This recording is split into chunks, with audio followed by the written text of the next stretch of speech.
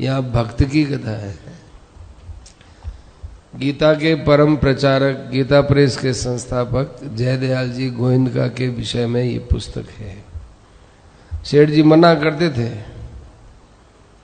फिर इस पुस्तक की जरूरत क्यों पड़ी कि उनके विषय में लोगों में कई प्रकार की भ्रांत धारणाएं भी फैलने लगी। तो लोगों को असली जानकारी मिले उसके लिए पुस्तक छपाई। जो इस पुस्तक में लिखा है वो अपनी दृष्टि से बिल्कुल सत्य लिखा है। एक दो जगह कुछ भूल हुई है, वो भूल से ही भूल है, जान करके भूल नहीं लिखी है। प्रस्तावना। लेखनी से आबद्ध न होने वाले एक ऐसे महापुरुष का जीवन चरित्र है जो साधारण गृहस्थ होकर भी परम ज्ञान निष्ठ, साधारण व्यापारी होकर भी उच्च कोटि के दार्शनिक, निष्काम के आचार्य, पहले करनी करके पुनः कथनी कहने वाले, सादगी व सरलता की प्रतिमूर्ति, नियम के पक्के, मानव मात्र भगवत प्राप्ति के लिए अग्रसर हो, इसके लिए जीवन पर्यंत आध्यात्मिक प्रेरक, गीता प्रचार के लिए गीता प्रेस, भगवत चिंतन और भगवत प्राप्ति हेतु साधन भजन सत्संग सामूहिक रूप से लोग कर सके, इसके लिए गीता भवन स्वर्गाश्रम ऋषिकेश, भारतीय प्रशिक्षण पद्धति से ज्ञानवान चरित्रवान तथा भगवत प्राप्ति हेतु प्रयासी बच्चे तैयार हों, इसके लिए श्री ऋषिकुल ब्रह्मचर्य आश्रम चूरू आदि के संस्थापक, कर्तव्य परायण, सच्चे वात्सल्य तथा व्यवहार के निर्वाहक, चराचर के सच्चे सुहृद, अमानी और निरंतर भगवान के चिंतन में निमग्न रहने वाले थे। कौन? नाम जयदयाल गोविंद का, उपनाम सेठ जी।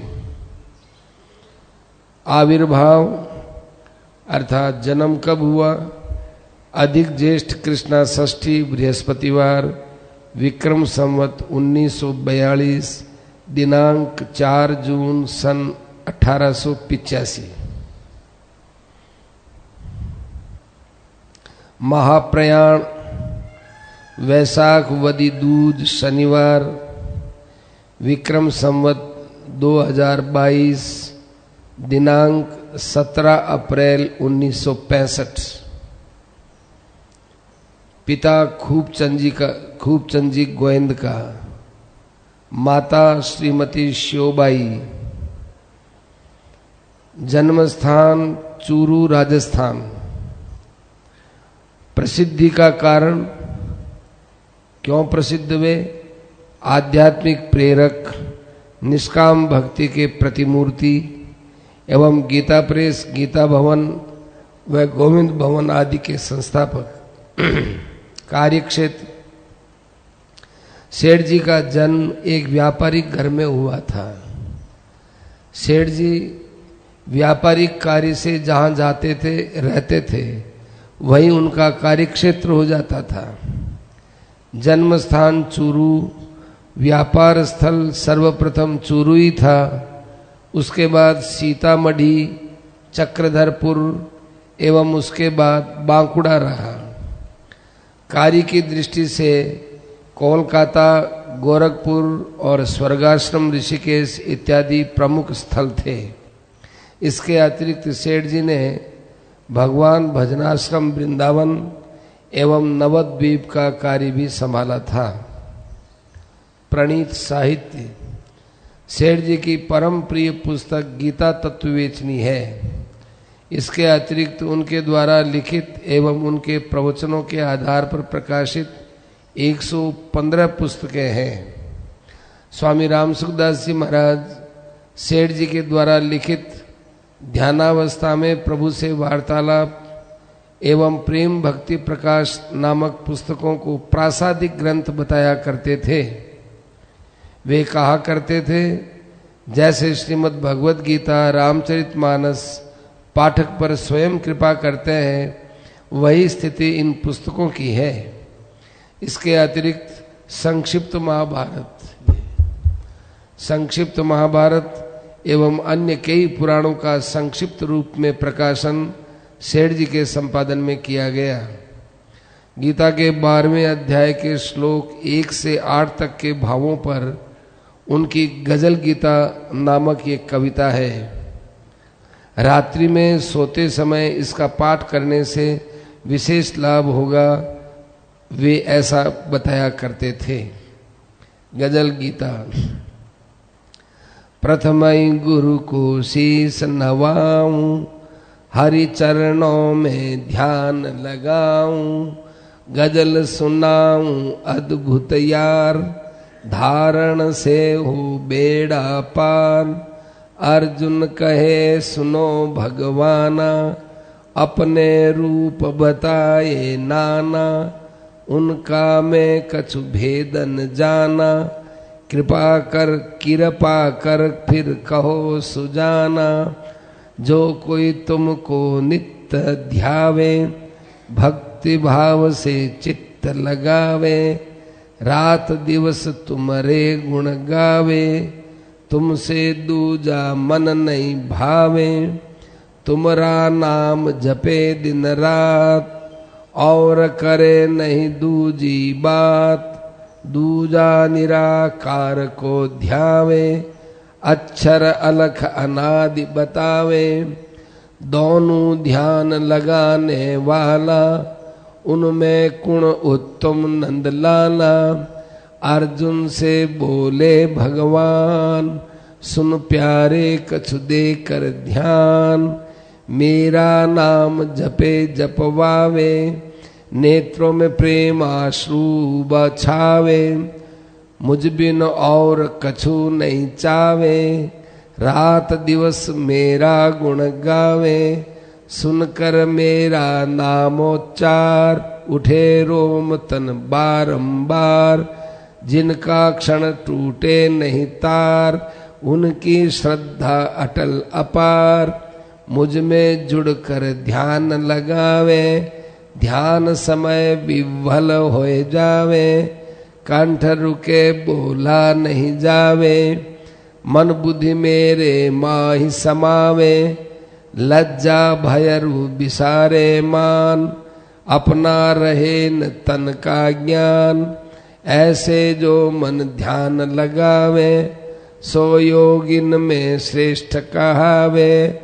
जो कोई ध्यावे निर्गुण रूप, पूर्ण ब्रह्म अरु अचल अनूप। निराकार सब वेद बतावे, मन बुद्धि जह थाह न पावे। जिसका कबहु न होवे नाश, व्यापक सब में ज्यों आकाश। अटल अनादि आनंद घन, जाने बिरला जोगी जन। ऐसा करे निरंतर ध्यान, सबको समझे एक समान। मन इंद्रिय अपने बस राखे, विषयन के सुख कबहु न चाखे। सब जीवों के हित में रत, ऐसा उनका सच्चा मत। वह भी मेरे ही को पाते, निश्चय परमागति को जाते। फल दोनों का एक समान, किंतु कठिन है निर्गुण ध्यान। जब तक है मन में अभिमान, तब तक होना मुश्किल ज्ञान। जिनका है निर्गुण में प्रेम, उनका दुर्घट साधन नेम। मन टिकने को नहीं आधार, इससे साधन कठिन अपार। सगुण ब्रह्म का सुगम उपाय, सो मैं तुमको दिया बताए। यज्ञ दानादि कर्म अपार, मेरे अर्पण कर कर सारा। अटल लगावे मेरा ध्यान, समझे मुझको प्राण समान। सब दुनिया से तोड़े प्रीत, मुझको समझे अपना मीत। प्रेम मग्न हो अति अपार, समुझे यह संसार असार। जिसका मन नित मुझ में यार, उनसे करता मैं अति प्यार। केवट बनकर नाव चलाऊं, भवसागर के पार लगाऊं, यह है सबसे उत्तम ज्ञान। इससे तू कर मेरा ध्यान, फिर होवेगा मोहि समान। यह कहना मम सच्चा ज्ञान, जो चाले इसके अनुसार, वह भी हो भवसागर पार। ये गजल गीता सेठ जी की। उनका जन्म,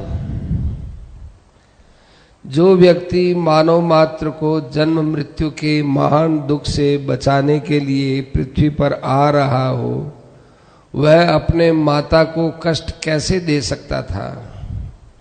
विक्रम संवत 1942 में अधिक ज्येष्ठ कृष्ण षष्ठी को इनकी माता श्रीमती श्योबाई लघु शंका के लिए घर के आंगन में गई और वहां से अपने वस्त्र में इस महामानव को लेकर आई।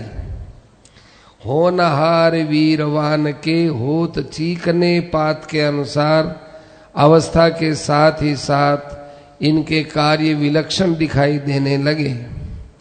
भगवत चिंतन में निमग्न सेठ जी अपने पारिवारिक कार्यों को भी पूरा मनोयोग से करते थे।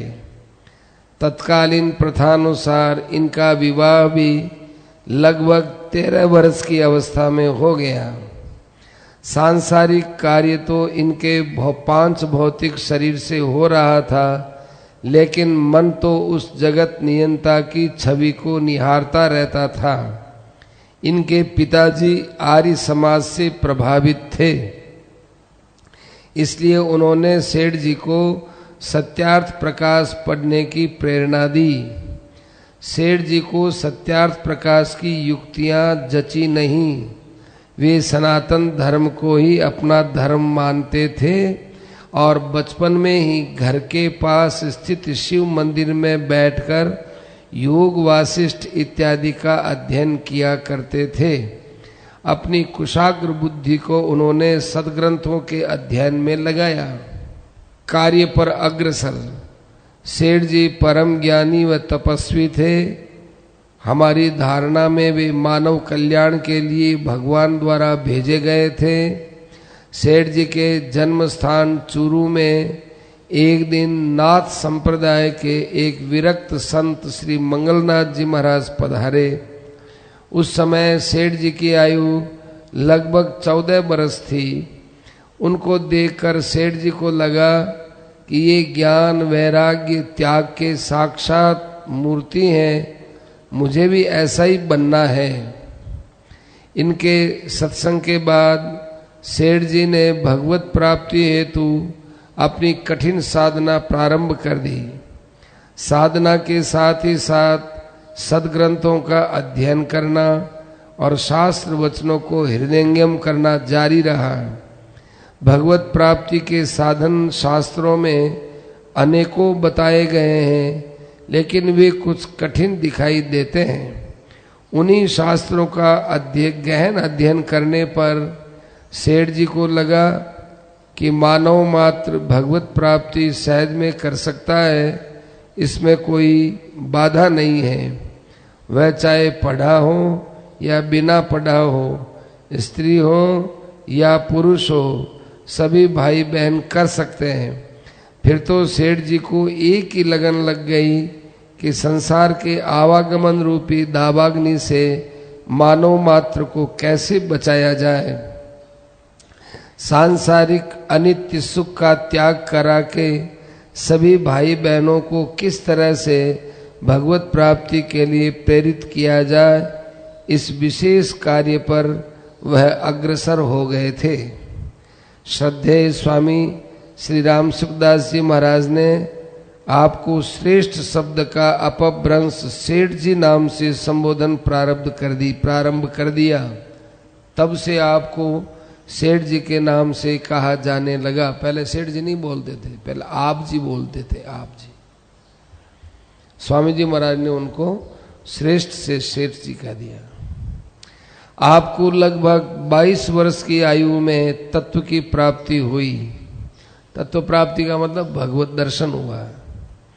जिस साधन के अनुभव से और जिस तत्व के साक्षात्कार से आपके हृदय में शांति, महान आनंद एवं दिव्य प्रेम की प्राप्ति हुई, वही शांति, आनंद और भगवत प्रेम जन जन को मिले। मनुष्य जन्म मरण के महान दुख से दुख पा रहे हैं, इस दुख से उनको कैसे छुड़ाया जाए, इसके लिए आप जीवन पर्यंत सुगम से सुगम उपायों से लोगों को भगवत प्राप्ति की तरफ प्रेरित करते रहे। आवश्यक कार्यों को छोड़कर हर समय एक ही उद्देश्य रहता कि अधिक से अधिक भाई बहन मनुष्य जन्म को कुकर शुकर आदि की तरह व्यर्थ न जाने दें।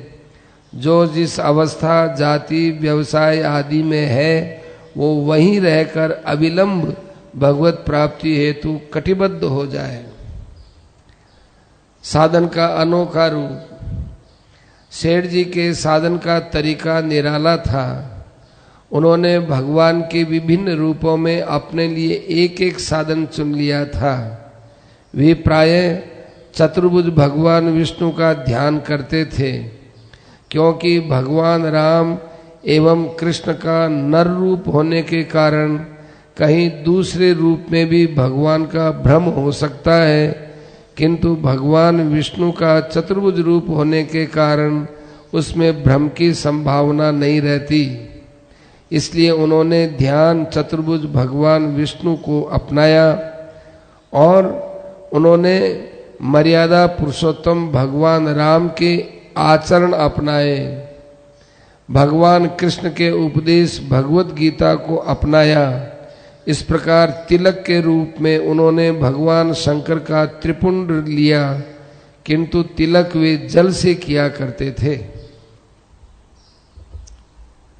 खास बात, भगवान की झांकी आंखों से, हृदय से ओझल न हो जाए और समय का सदुपयोग हो, इसके लिए दैनिक कार्यों के अतिरिक्त सेठ जी जब चलते थे तो नेत्र थोड़े बंद रखते थे।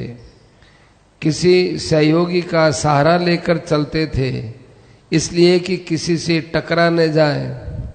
समय का एक क्षण भी दुरुपयोग करना वे जानते नहीं थे। आराम शब्द उनके कोश में था ही नहीं। महर्षि वेदव्यास के द्वारा प्रणीत महाभारत के भीष्म पर्व के अध्याय 25 से लेकर 42 तक जो भगवान की वाणी है, वह स्वतंत्र रूप से गीता के रूप में एक अलौकिक ग्रंथ है। इस ग्रंथ को पढ़ने वाला अपनी सभी समस्याओं का निराकरण तथा भगवत प्राप्ति का साधन इस छोटे से ग्रंथ में पा ही जाता है।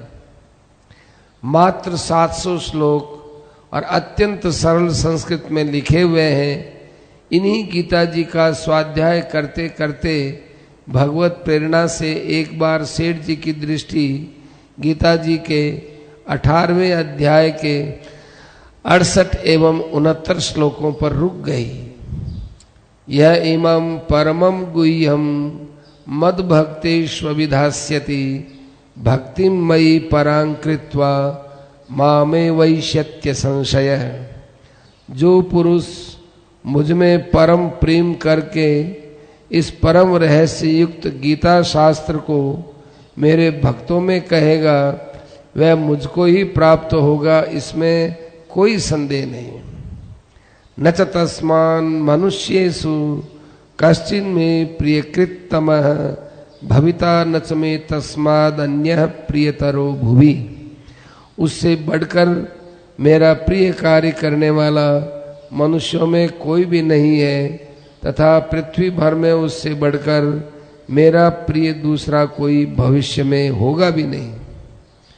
इन श्लोकों से सेठ जी के मन में ये भाव जागृत हुआ कि बहुत स्थानों पर बहुत से लोगों को भगवान ने अपना प्रियतम बताया है, किंतु गीता प्रचारक के लिए कहा है कि उससे बढ़कर मेरा प्रिय कार्य करने वाला न कोई है और न कोई भविष्य में होगा।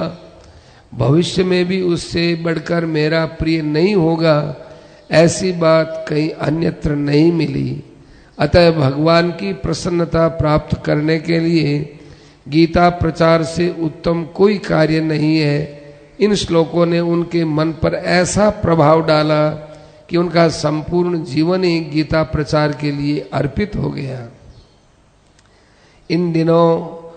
इन दोनों श्लोकों में भगवान ने जो निर्देश दिया, उस निर्देश को सेठ जी ने अपना जीवन व्रत बना लिया। मानव मात्र को जीवन मुक्त होना गीता जी से सुलभ है। जो सत्संग भजन आदि में नहीं आ जा सकते, उनके पास गीता अवश्य हो। इस उद्देश्य से सेठ जी ने अथक परिश्रम करके शुद्ध और सस्ते मूल्य पर गीता उपलब्ध कराने हेतु गीता प्रेस की स्थापना गोरखपुर में की तथा गीता जी का प्रचार होने लगा। एक बार कोई सज्जन आकर सेठ जी से बोले कि सेठ जी, अब तो गीता का काफी प्रचार हो गया है। इस पर सेठ जी ने कहा कि जब जन्मते ही बच्चे रोने की जगह गीता गीता बोले, तब मैं मानूंगा कि गीता का कुछ प्रचार हुआ है। सेठ जी का लक्ष्य था कि गीता का लाभ जन जन को मिले। सेठ जी अत्यंत सरल तथा भगवत विश्वासी थे। उनका कहना था कि यदि मेरे द्वारा किया जाने वाला कार्य अच्छा होगा तो भगवान उसकी संभाल अपने आप करेंगे, बुरा होगा तो हमें चलाना नहीं है। विकास क्रम को देखने से भगवत कृपा का चमत्कार ही दिखाई देता है। पहला गोविंद भवन कार्यालय कोलकाता, यह संस्था का प्रधान कार्यालय है, जो एक रजिस्टर्ड सोसाइटी है। सेठ जी व्यापार कार्य से कोलकाता जाते थे और वहां जाने पर सत्संग करवाते थे। सेठ जी और सत्संग जीवन पर्यंत एक दूसरे के पर्यायवाची रहे। सेठ जी को या सत्संगियों को जब भी समय मिलता सत्संग शुरू हो जाता। कई बार तो कलकत्ता से सत्संग प्रेमी रात्रि में गाड़ी में बैठकर खड़गपुर आ जाते और सेठ जी चक्रधरपुर से खड़गपुर आ जाते, जो कि दोनों नगरों के मध्य में पड़ता था। वहाँ स्टेशन के पास एक जगह थी। रात्रि भर वहाँ सत्संग होता और प्रातःकाल अपने अपने स्थान को लौट जाते थे। सत्संग के लिए आजकल की तरह न तो मंच बनता था न प्रचार होता था। कोलकाता में दुकान की गद्दियों पर सत्संग होने लगता था। सत्संगी भाइयों की संख्या दिनों दिन बढ़ने लगी। दुकान की गद्दियों में स्थान सीमित था। बड़े स्थान की खोज प्रारंभ हुई। पहले तो कोलकाता के ईडन गार्डन के पीछे किले के समीप वाला स्थान चुना गया, लेकिन वहाँ सत्संग ठीक से नहीं हो पाता था। पुनः सन 1919 के आसपास कोलकाता की 30 बांस तल्ला गली में बिड़ला परिवार का एक गोदाम किराए पर मिल गया और उसे गोविंद भवन का नाम दे दिया गया। गोविंद भवन नाम भगवान का घर इस भावना से दिया था, किसी व्यक्ति आदि के नाम से नहीं दिया। वर्तमान में महात्मा गांधी रोड पर एक भव्य भवन गोविंद भवन के नाम से है, जहाँ पर नित्य भजन कीर्तन चलता है तथा समय समय पर संत महात्माओं द्वारा प्रवचन की व्यवस्था होती है। पुस्तकों की थोक व फुटकर बिक्री के साथ ही साथ हस्त निर्मित वस्त्र, कांच की चूड़ियाँ, आयुर्वेदिक औषधियाँ आदि की बिक्री उचित मूल्य पर होती है। गीता प्रेस गोरखपुर। गीता प्रेस गोरखपुर का विकास इस प्रकार से हुआ। कोलकाता में सेठ जी के सत्संग के प्रभाव से साधकों का समूह बढ़ता गया और सभी को स्वाध्याय के लिए गीता की आवश्यकता हुई, परंतु शुद्ध पाठ और सही अर्थ की गीता उपलब्ध नहीं हो रही थी। सुलभता से ऐसी गीता मिल सके, इसके लिए सेठ जी ने गीता जी के श्लोकों के लिए स्वयं पदच्छेद, अर्थ एवं संक्षिप्त टीका करके गोविंद भवन की ओर से कोलकाता के वणिक प्रेस से 5000 प्रतियां छपवाई। ध्यान से सुनना, यह प्रथम संस्करण बहुत शीघ्र समाप्त हो गया। 6000 प्रतियों के अगले संस्करण का पुनर्मुद्रण उसी वणिक प्रेस से हुआ। कोलकाता में कुल 11000 प्रतियां छपी। सबसे पहली बात है ये। परंतु इस मुद्रण में अनेक कठिनाइयां आई। पुस्तकों में न तो आवश्यक संशोधन कर सकते थे, न ही संशोधन के लिए उचित व्यवस्था मिलती थी, सुविधा मिलती थी। मशीन बार बार रोक करके संशोधन कराना पड़ता था। ऐसी चेष्टा करने पर भी भूलों का सर्वथा अभाव नहीं हो सका।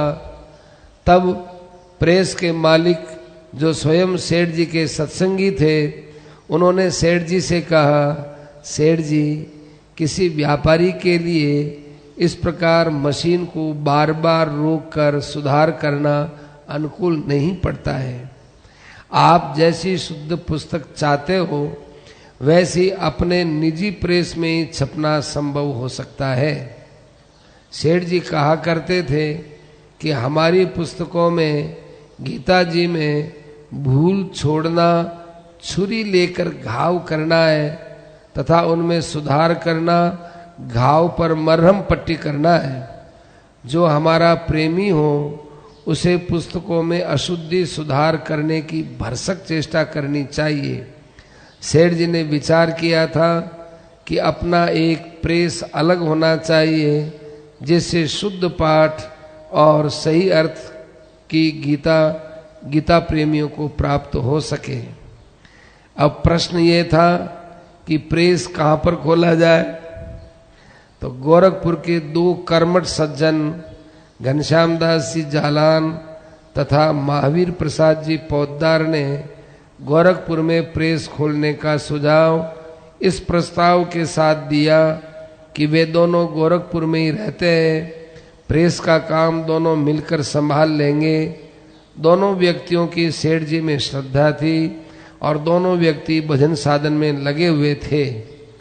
सेठ जी ने गोरखपुर में प्रेस की स्थापना करने के सुझाव को स्वीकार कर लिया और गोरखपुर में प्रेस खोलने की अनुमति दे दी। गोरखपुर में हिंदी बाजार में एक छोटा सा मकान लगभग 10 रुपए के किराए पर लेकर बैसाख शुक्ला त्रयोदशी रविवार संवत 1980 23 अप्रैल सन 1923 को गोरखपुर में प्रेस की स्थापना हुई। उसका नाम गीता प्रेस रखा। भाद्रपद शुक्ला पूर्णिमा सोमवार संवत 1980 24 सितंबर 1923 को सर्वप्रथम हैंड प्रेस प्रिंटिंग मशीन 600 रुपए में खरीदी गई थी। हैंड प्रेस से अच्छी छपाई नहीं हो पा रही थी। 1 घंटे में 3 कुशल व्यक्ति कठिनाई से 100 पन्ने छाप सकते थे। इसलिए अपने यहाँ कंपोज होकर बाहरी प्रेस में गीता जी छपाई जाने लगी। इस प्रकार कठिनाई होने से एक नई मशीन की आवश्यकता हो गई।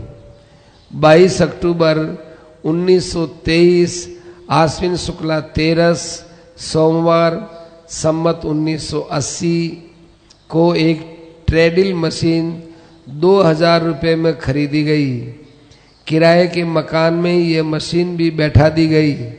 तत्पश्चात उससे समुचित प्रगति न देखकर पौष सुदी चौथ गुरुवार 20 जनवरी 1924 को लगभग 7000 रुपए की एक बड़ी रॉयल पेनबेल्ट machine 20 inch by 30 inch size की खरीदी गई।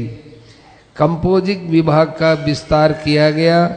उससे गीता जी के मुद्रण और प्रकाशन में बड़ी सुविधा हो गई। गीता जी के अनेक प्रकार के छोटे बड़े संस्करण के अतिरिक्त सेठ जी के कुछ अन्य पुस्तकों का भी प्रकाशन होने लगा। किराए का मकान बहुत छोटा होने से अपना मकान खरीदने की आवश्यकता प्रतीत हुई एवं वर्तमान गीता प्रेस का पूर्वी खंड 10,000 रुपये में 12 जुलाई 1926 को खरीदा गया। उस समय तो मकान अधिक बड़ा लगता था, परंतु प्रकाशनों के विस्तार से ये स्थान भी छोटा लगने लगा। अतः आवश्यकता अनुसार उसी मकान के बगल में क्रम से और भी भूखंड खरीदे गए और विस्तार होता गया। गीता प्रेस गीता जी के अतिरिक्त सेठ जी हनुमान प्रसाद जी पोद्दार द्वारा लिखित पुस्तकें, रामचरितमानस, कल्याण पत्रिका एवं अन्य बहुत सी पुस्तकें प्रकाशित होने लग गईं और धीरे धीरे विस्तार होते होते 20 स्वचालित मशीनें लग गईं। इनके अतिरिक्त फोल्डिंग मशीनें, सिलाई मशीनें, कटिंग मशीनें भी लग गई। अक्षरों की ढलाई के लिए प्रेस में टाइप फाउंड्री भी लग गई। इतनी व्यवस्था होने के बाद भी पुस्तकों की पूर्ति नहीं हो पा रही थी। मांग की पूर्ति को रखकर भगवत कृपा तथा सेठ जी के प्रयास से सामयिक नई तकनीकी की मशीनें आकर लगती रही और आज भी ये क्रम जारी है। बड़े कार्य के सम्यक संचालन के लिए अर्थ की समुचित व्यवस्था होना आवश्यकता। सेठ जी ने आरंभ से ही अनुभव किया कि चंदे या दान लेकर चलने वाली संस्थाओं का जीवन सुदीर्घ नहीं होता। चंदे पर निर्भर रहने से दानदाता अर्थ के बल पर संस्था की नीति को प्रभावित करते हैं, इसलिए उनकी नीति चंदा लेने की बिल्कुल नहीं रही। सेठ जी ने आरंभ से ही ऐसी नीति अपनाई जिससे कम मूल्य पर पुस्तकें सर्वसाधारण को सुलभ हो जाए और अर्थव्यवस्था भी सुदृढ़ रहे। मूल बात तो यह है कि उनका कहना था कि यह गोविंद का भंडार है, गोविंद अपने आप पूर्ति करता रहेगा, हमें तो केवल इसकी चेष्टा करनी चाहिए। इस व्यवस्था के लिए उन्होंने टीटागढ़ पेपर मिल की एजेंसी ली। साथ ही अहिंसा के व्यावहारिक प्रचार के लिए चर्म रहित जूते, लाख रहित चूड़ियों की दुकान गोविंद भवन कार्यालय कोलकाता में खोली। शुद्ध आयुर्वेदिक औषधियों का निर्माण भी गोविंद भवन कलकत्ता में प्रारंभ किया गया। गीता प्रेस से शुद्ध मुद्रित गीता, भागवत, महाभारत, रामचरितमानस इत्यादि धार्मिक ग्रंथ तथा कल्याण सस्ते मूल्य पर जनता के पास पहुंचाना ही जय दयाल जी गोविंद का एकमात्र लक्ष्य था।